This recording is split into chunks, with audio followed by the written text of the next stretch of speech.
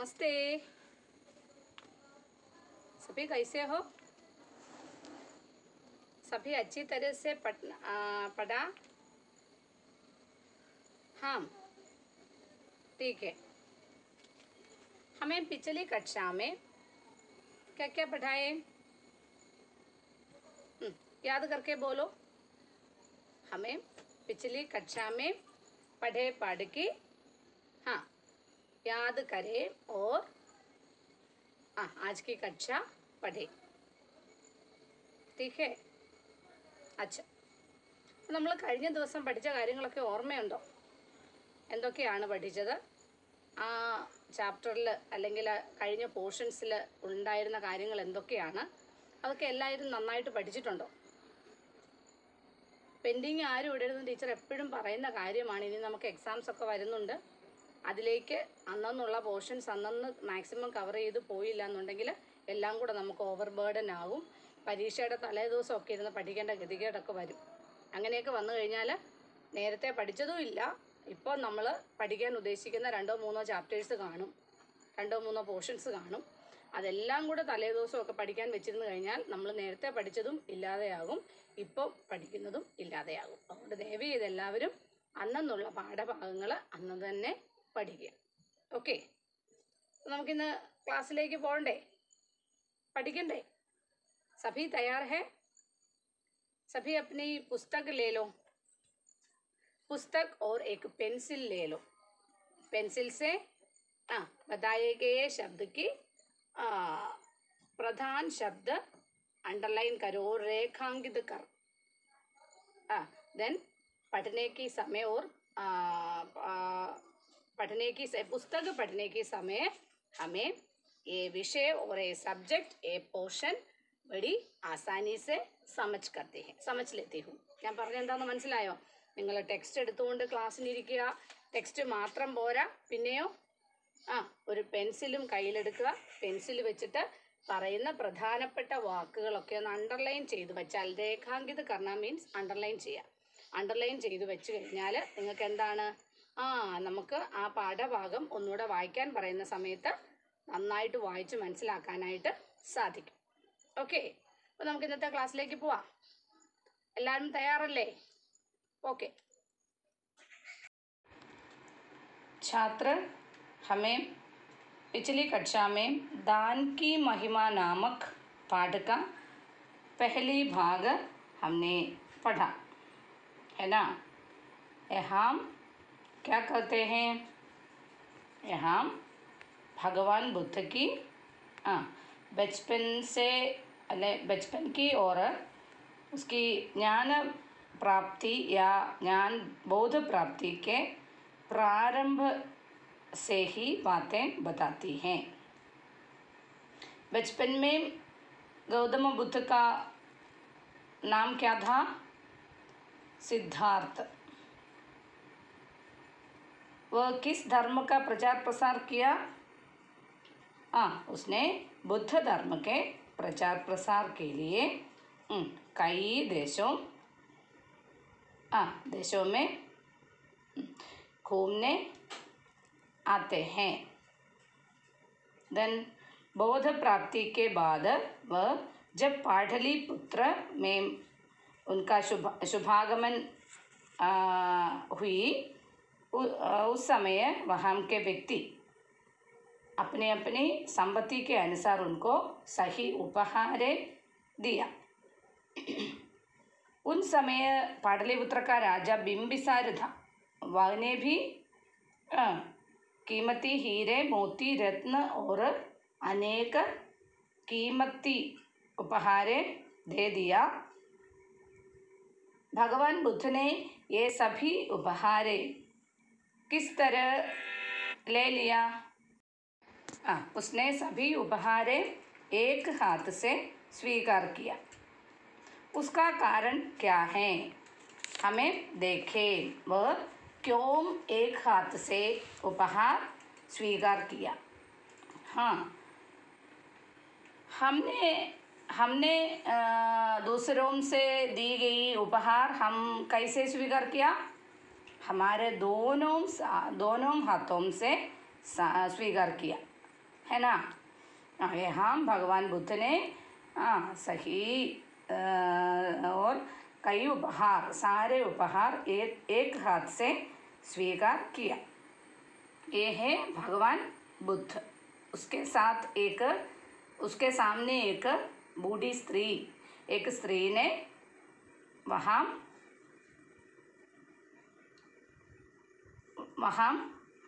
उसके सामने देखिए, इतने में एक स्त्री वहाँ आई। बुद्ध देव को प्रणाम कर वो बोली, भगवान, जिस समय आपके आने का समाचार मुझे मिला, उस समय मैं यह अनार खा रहा था। मेरे पास इसके सिवाय कुछ नहीं था, इसलिए मैं इस अधकाए फल को ही ले आई। यदि आप मेरी ये तुच्छ फेंड स्वीकार करें तो मैं इसे अपना अहोभाग्य समझूंगी। हम क्या कहते हैं, इतने में एक स्त्री वहाँ आई। ഈ സമയത്തിനിടയ്ക്ക് അവിടെ ഒരു സ്ത്രീ എത്തി। बुद्धदेव को प्रणाम कर वो बोली।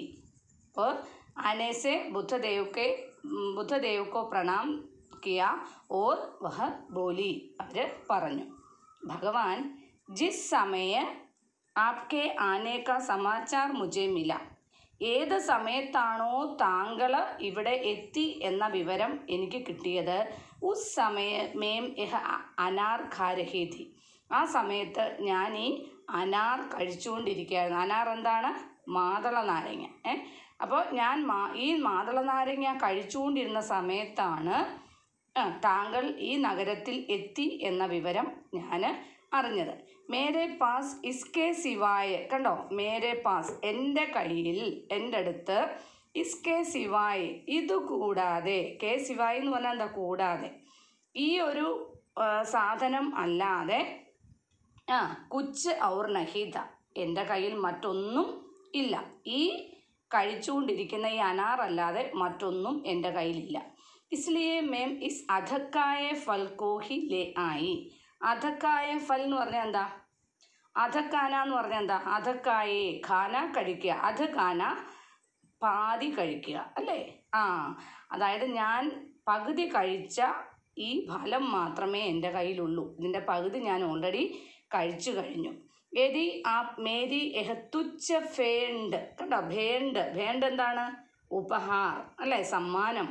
യദി ആപ് മേരി യഹ തുച്ഛ ഭേണ്ട് स्वीकार करे तो मैं इसे अपना अहोभाग्य समझूंगी. താങ്കൾ ഈ തുച്ഛമായ സമ്മാനം സ്വീകരിച്ചു കഴിഞ്ഞാൽ ഞാൻ ഇത് എൻ്റെ അഹോഭാഗ്യമായിട്ട് കണക്കാക്കും. എന്ന് പറഞ്ഞാൽ എന്താ? എൻ്റെ ഏറ്റവും വലിയ ഭാഗ്യമായിട്ട് ഞാനിത് കണക്കാക്കും. കാരണം എന്താണ്? അവരുടെ കയ്യിൽ മറ്റൊന്നുമില്ല അദ്ദേഹത്തിന് കൊടുക്കാൻ, അല്ലേ? മറ്റ് സമ്പന്നരായ വ്യക്തികൾ, ബിംബിസാര രാജാവ് ഉൾപ്പെടെ മറ്റ് പല വ്യക്തികളും അദ്ദേഹത്തിന് പല സമ്മാനങ്ങളും കൊടുത്തിരുന്നു, അല്ലേ? അതൊന്നും കൊടുക്കാനായിട്ട് അവരുടെ കയ്യിലില്ല. അവർ വളരെ സാധുവായ ഒരു സ്ത്രീയാണ്. അതുകൊണ്ട് അവർ കഴിച്ചുകൊണ്ടിരുന്ന അനാർ മാത്രമേ അവരുടെ കയ്യിലുണ്ടായിരുന്നുള്ളൂ. അവരെന്ത് ചെയ്തത്? അത് ബുദ്ധന് കൊടുത്തിട്ട് പറഞ്ഞു, ഇത് താങ്കൾ സ്വീകരിച്ചു കഴിഞ്ഞാൽ ഞാൻ ഈ ലോകത്ത് അത് എൻ്റെ അഹോഭാഗ്യമായിട്ട് ഞാൻ കണക്കാക്കും എന്ന് പറഞ്ഞു. भगवान बुद्ध ने दोनों हाथ सामने कर वो फल ग्रहण कर लिया. राजा बिंबिसार ने जब यह देखा तो उन्होंने बुद्धदेव से कहा, भगवान क्षमा करें, एक प्रश्न पूछना चाहता हूँ. हम सबने आपको कीमती और बड़े बड़े उपहार दिए जिन्हें आपने एक हाथ से ग्रहण किया, लेकिन इस स्त्री द्वारा दिए गए भेंट एवं झूठे फल को आपने दोनों हाथों से ग्रहण किया, ऐसा क्यों? ആ സമയത്ത് എന്താ ചെയ്തത്? ഭഗവാൻ ബുദ്ധനെ ദോനോ ഹാത്ത് സാമനെ കർ വോ ഫൽ ഗ്രഹൺ കിയ. ഇത് കേട്ടപ്പോൾ, അതായത് താങ്കൾ ഈ ഒരു ഉപഹാരം സ്വീകരിച്ചു കഴിഞ്ഞാൽ ഇത് എൻ്റെ അഹോഭാഗ്യമായിട്ട് ഞാൻ കണക്കാക്കുമെന്ന് പറഞ്ഞു. അപ്പോൾ അത് കേട്ടിട്ട് ഭഗവാൻ എന്ത് ചെയ്തു? ഭഗവാൻ ബുദ്ധൻ തൻ്റെ 2 കൈകളും ആ സ്ത്രീയുടെ നേരെ നീട്ടി ആ ഫലം സ്വീകരിച്ചു. राजा बिंबिसार ने जब यह देखा तो उन्होंने बुद्धदेव से कहा. ബിംബിസാര രാജാവ് ഇത് കണ്ടുകൊണ്ടിരിക്കുകയായിരുന്നു. അദ്ദേഹം ഇത് കണ്ടു കഴിഞ്ഞപ്പോൾ അദ്ദേഹം എന്ത് ചെയ്തു? ബുദ്ധദേവനോട് പറഞ്ഞു, ഭഗവൻ ക്ഷമാക്കരേ, അല്ലയോ ഭഗവാനെ ക്ഷമിച്ചാലും ഏക് പ്രശ്ന പൂച്ഛനാ ചാഹത്താ ഹൂം. മേം ഏക് പ്രശ്ന പൂച്ഛനാ ചാഹത്താ ഹൂം. ഞാനൊരു ക്വസ്റ്റ്യൻ ചോദിക്കാൻ ആഗ്രഹിക്കുന്നു. പ്രശ്ന മീൻസ് ക്വസ്റ്റ്യൻ, ചോദ്യം ചോദിക്കാൻ ആഗ്രഹിക്കുന്നു. ഹം സപ്നെ आपको कीमती और बड़े बड़े उपहार दिए जिन्हें आपने एक हाथ से ग्रहण किया. ഞങ്ങൾ എല്ലാവരും താങ്കൾക്ക് വലിയ വലിയ സമ്മാനങ്ങളൊക്കെ, വിലമതിക്കാനാവാത്ത സമ്മാനങ്ങളൊക്കെ തന്നു. ജിനേം ആപ്നെ ഏക് ഹാത്ത് സെ ഗ്രഹൺ കിയ. അതെല്ലാം താങ്കൾ ഒരു കൈ കൊണ്ടാണ് സ്വീകരിച്ചത്. കിയ ലേക്കിൻ ഇസ് സ്ത്രീ ദ്വാര ദിയേ ഗേ ഛോട്ടെ ഏവം ജൂട്ടെ ഫൽ. അതായത് ഞങ്ങൾ തന്ന സമ്മാനങ്ങളൊക്കെ താങ്കൾ ഒരു കൈ നീട്ടിയാണ് സ്വീകരിച്ചത്. എന്നാൽ ഈ സ്ത്രീ താങ്കൾക്ക് തന്ന ഛോട്ടെ ഏവം ജൂട്ടെ ഫൽ, വളരെ ചെറുതും എന്ന് വെച്ചാൽ വലിയ വിലപിടിപ്പുള്ളതൊന്നും അല്ല, വളരെ ചെറുതും അതുപോലെ തന്നെ ജൂട്ടെ ഫൽ എന്ന് പറഞ്ഞാൽ എന്താ? കഴിക്കാൻ കൊള്ളാത്തതുമായ, മീൻസ് വൃത്തിയില്ലാത്തതുമായ ഫലം ആപ്നെ ദോനോം ഹാത്തോം സെ ഗ്രഹൺ കിയ. ഐസാ ക്യോ? താങ്കൾ രണ്ട് കൈകളും കൊണ്ട് സ്വീകരിച്ചു. ഐസാ ക്യോം? അതെന്താ അങ്ങനെ ചെയ്തത് താങ്കൾ? അവർ കഴിച്ചതിൻ്റെ ബാക്കി ഫലമല്ലേ താങ്കൾക്ക് കൊണ്ടു തന്നത്? ചീത്തയായ ഫലമാണല്ലേ? അപ്പോൾ അത് താങ്കൾ രണ്ട് കൈകൾ കൊണ്ട് സ്വീകരിച്ചതിൻ്റെ കാരണം എന്താണ്? यह सुन बुद्धदेव मुस्कुराए और बोले, राजन, आप सबने अवश्य बहुमूल्य उपहार दिए हैं, किंतु यह सब आपकी संपत्ति का 10वां हिस्सा भी नहीं है. इसके विपरीत इस स्त्री ने अपने मुँह का कौर ही मुझे दे डाला है. भले ही यह स्त्री निर्धन है, लेकिन इसने अपनी समस्त संपत्ति दान में दे दी. यही कारण है कि इसका दान मैंने खुले हृदय और दोनों हाथों से स्वीकार किया है. കണ്ടോ? ये सुनकर बुद्धदेव मुस्कुराए और बोले. ഇത് കേട്ടപ്പോൾ ബുദ്ധ ഭഗവാൻ ചിരിച്ചുകൊണ്ട് പറഞ്ഞു, രാജൻ, ആപ് സപ്നെ അവശ്യ ബഹുമൂല്യ ഉപഹാർ ദിയേ ഹെ. അല്ലയോ രാജാവേ, താങ്കൾ നിങ്ങളൊക്കെ എനിക്ക് ബഹുമൂല്യങ്ങളായ, മീൻസ് വിലമതിക്കാനാവാത്ത ധാരാളം സമ്മാനങ്ങൾ തന്നു. കിന്തു യേ സബ് അപ്കി സമ്പത്തി കാ 10വാം ഹിസ്സാ ഭി ഹെ. എന്നാൽ ഇതൊക്കെ ആപ്കി സമ്പത്തി കാ 10വാം ഹിസ്സാ ഭി നഹി ഹെ. താങ്കളുടെ സമ്പത്തിൻ്റെ 10 ഭാഗം പോലും ആകുന്നില്ല നിങ്ങൾ ഈ കൊണ്ടു തന്ന. കാരണം അതുപോലെ ധനികരാണ് നിങ്ങൾ, അല്ലേ? നിങ്ങളുടെ സമ്പത്തിൽ നിന്ന് ഉള്ളതിൻ്റെ 10 പോലും ആകുന്നില്ല നിങ്ങൾ ഈ കൊണ്ടു തന്ന സമ്മാനങ്ങൾ. ഇസ്കെ വിപരീത ഈ സ്ത്രീനെ, അതിന് ഓപ്പോസിറ്റായി ഈ സ്ത്രീ എന്താ ചെയ്തത്? അപ്നെ മുഹക്ക കൗർഹി മുച്ചേ ദേഡാല. അവരുടെ ആഹാരത്തിന്, എന്ന് വെച്ചാൽ അവർക്ക് കഴിക്കാൻ വെച്ചിരുന്നത് പോലും, മുഹക്ക കൗർ എന്ന് പറഞ്ഞാൽ എന്താ? നിത്യവൃത്തിക്കുള്ളത്, അല്ലെങ്കിൽ അവർക്ക് ജീവൻ നിലനിർത്തുന്നതിനുള്ള വസ്തു പോലും എനിക്ക് തന്നു. ഫലേഹി എഹ് സ്ത്രീ നിർധനഹെ. ഫലത്തിൽ ഈ സ്ത്രീ വളരെ നിർധനയാണ്, യാതൊന്നുമില്ലാത്ത ഒരു പാവപ്പെട്ട സ്ത്രീയാണ്. ലേക്കിൻ ഇസ്നെ അപ്നി സമസ്ത സമ്പത്തി ദാൻമേൻ ദേദി. എന്നാൽ അവരെന്ത് ചെയ്തു? അവരുടെ സമ്പത്ത് മുഴുവൻ, ആകെ ദരിദ്രയായ ഒരു സ്ത്രീയാണ്, അവർക്കാകെ ഉണ്ടായിരുന്നത് ആ ഒരു അനാറിൻ്റെ ബാക്കി ഭാഗമാണ്. അവർ ആ മുഴുവൻ ഭാഗവും, അതായത് അവരുടെ കയ്യിലുണ്ടായിരുന്ന ആ ബാക്കി ഭാഗം മുഴുവനായിട്ട് ആർക്ക് കൊടുത്തു? ഭഗവാൻ ബുദ്ധന് കൊടുത്തു. യഹി കാരൺ ഹെ കി ഇസ്കാ ദാൻ മേനെ ഖുലെ ഹൃദയ അവർ ദോനോം ഹാത്തോം സെ സ്വീകാർ കിയാ. ഈ കാരണം കൊണ്ടാണ്. ഏത് കാരണം? ഒന്നുമില്ലാത്ത ആ സ്ത്രീ അവരുടെ പക്കലുണ്ടായിരുന്ന മുഴുവൻ സാധനവും അദ്ദേഹത്തിന്, അതായത് നമ്മുടെ ബുദ്ധ ഭഗവാന് കൊടുക്കാൻ തയ്യാറായി. ഈ ഒരൊറ്റ കാരണം കൊണ്ട് തന്നെയാണ് ഞാൻ തുറന്ന ഹൃദയത്തോടും അതുപോലെ തന്നെ 2 കൈകളും നീട്ടി ഈ സമ്മാനം സ്വീകരിച്ചത്. കണ്ടോ? അപ്പം ദാനത്തിൻ്റെ മഹിമ നോക്കിക്കേ. നമ്മളുടെ ഒരു ഭാഗം കൊടുക്കുന്നതിലല്ല, അല്ലേ? സമസ്ത സമ്പത്തും മറ്റുള്ളവർക്ക്, എന്ന് വെച്ചാൽ അവർക്ക് ആവശ്യം എന്താണോ ആവശ്യം അറിഞ്ഞ് നമ്മൾ ദാനം ചെയ്യുക എന്നാണ് ഇതിനകത്തുനിന്ന് നമുക്ക് കിട്ടുന്ന ഒരു നൈതിക മൂല്യം. മറ്റുള്ളവരുടെ ആവശ്യം എന്താണോ, എത്രയാണോ, അതനുസരിച്ച് നമ്മൾ എന്ത് ചെയ്യുക? ദാനം കൊടുക്കുക. അപ്പം രാജാക്കന്മാരൊക്കെ ബഹുമൂല്യ രത്നങ്ങളൊക്കെ കൊടുത്തു, എന്നാലും അത് ബുദ്ധഭഗവാന്റെ കണ്ണിൽ എന്താണ്, അവരുടെ സമ്പത്തിൻ്റെ ഒരു അംശം മാത്രമേ ആവുന്നുള്ളൂ. എന്നാൽ ആ സ്ത്രീ എന്താ ചെയ്തത്? ആ സ്ത്രീ തൻ്റെ പക്കലുണ്ടായിരുന്ന സമ്പത്ത് മുഴുവനായിട്ട് ദാനം അദ്ദേഹത്തിനായിട്ട് അർപ്പിച്ചു, അല്ലേ?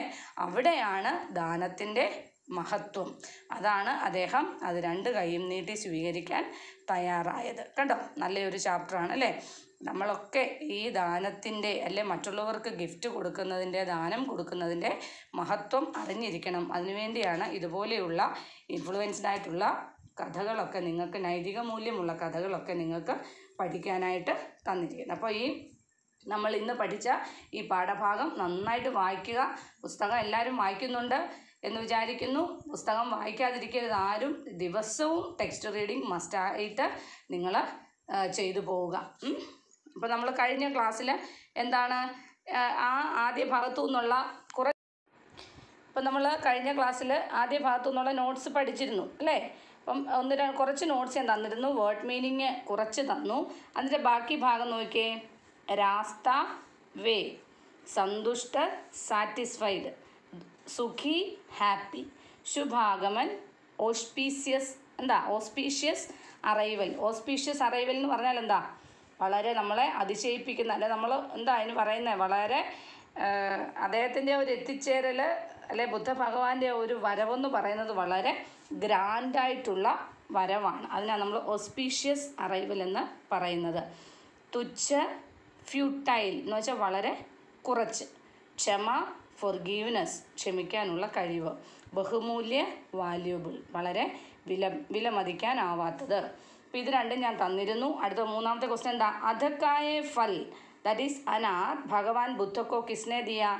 ആരാണ് പാതി കഴിച്ച ഫലം ഭഗവാൻ ബുദ്ധന് കൊടുത്തത്? ആരാണ് കൊടുത്തത്? ഏക സ്ത്രീനെ.